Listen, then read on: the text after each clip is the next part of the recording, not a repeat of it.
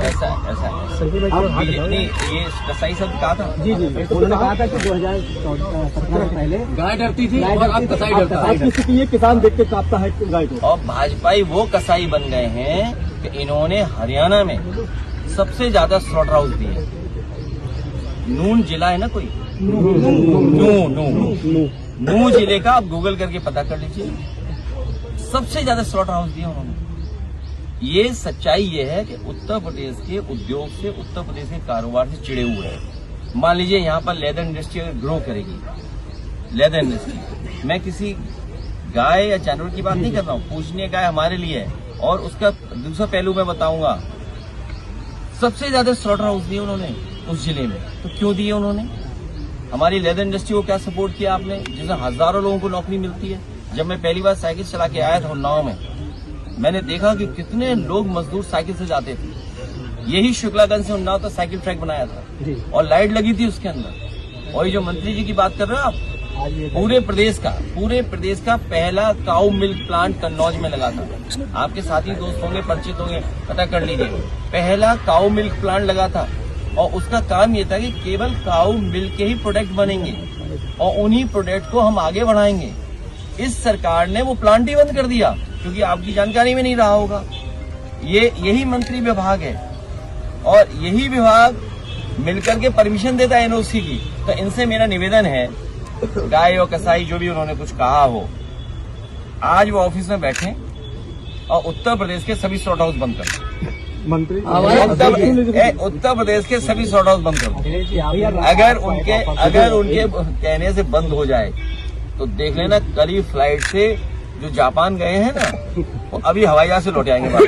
असली मंत्री दोषी है। जिस विभाग के आप मंत्री हैं, देखिए आप भाई, जिस विभाग के आप मंत्री हैं, आपकी जिम्मेदारी बनती है कि आप उस लोगों को सुविधा दें, आप किसानों को सुविधा दें। किसानों को बेचारों तार लगाना पड़ा अपने खेत बचाने के लिए।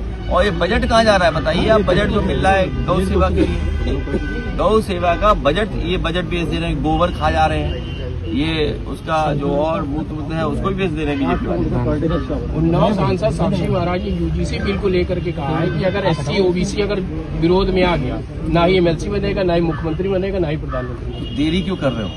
कूद पड़ो भाई, सरकार से, विभाग से हटिए, आइए हमारा साथ दें आप। क्यों? और क्या, सही बात है। नहीं, ऐसा है ना कि अगर ओबीसी, पीडीए, एससी, एससी, अगर ये इनको लग रहा है कि इनके साथ भेदभाव हो रहा है, तो सरकार छोड़े, आए आगे। 2027 में किसके साथ है ये अकेली लड़ेगी? समाजवादी पार्टी उन्नाव के विकास को आगे बढ़ाएगी। यहाँ के किसानों को और एग्रीकल्चर सेक्टर को जितना हो सकता है हम लोग सपोर्ट देंगे। चीफ मिनिस्टर बिस्ट क्या कह रहे थे? उत्तर प्रदेश चीफ मिनिस्टर बिस्ट जी क्या कह रहे थे कि उनकी सरकार के पहले माफिया थे, वो तो थे, वही माफिया थे जिन्होंने केस वापस लिए। केस वापस लेने वाला कौन है? उपद्रवी कौन है?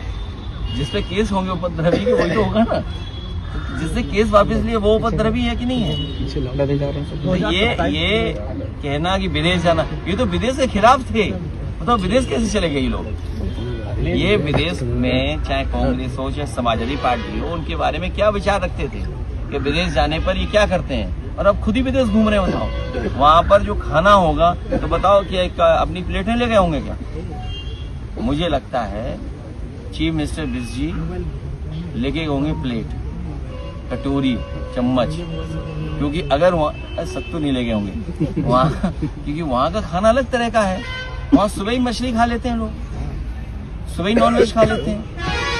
तो अब तो हाँ, नहीं सीबू नहीं, दूसरा वाला भी खाते हैं जो तुम अभी बता रहे हो। सब खाते हैं सब। अभी नहीं बोलना है, हम लोग नहीं बोल सकते, हम लोग सनातनी है।